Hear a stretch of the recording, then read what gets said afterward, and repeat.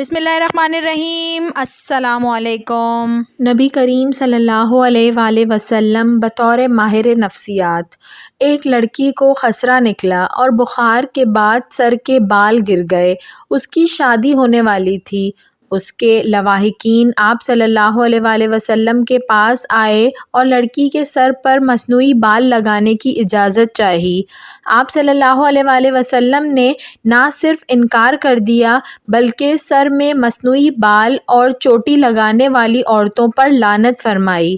ان کو اعتراض یہ تھا کہ وہ چیز جو تم میں نہیں وہ دوسروں کو دھوکہ دینے کے لیے کیوں کی جائے۔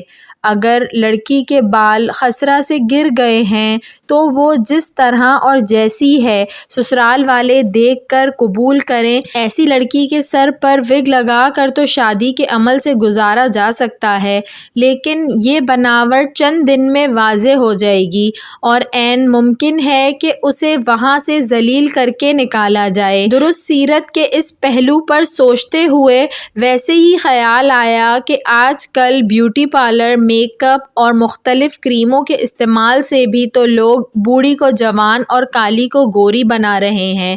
کیا ان کے لیے یہ درس عبرت نہیں؟ کیا وہ بھی تو دھوکہ دینے والوں میں شامل نہیں؟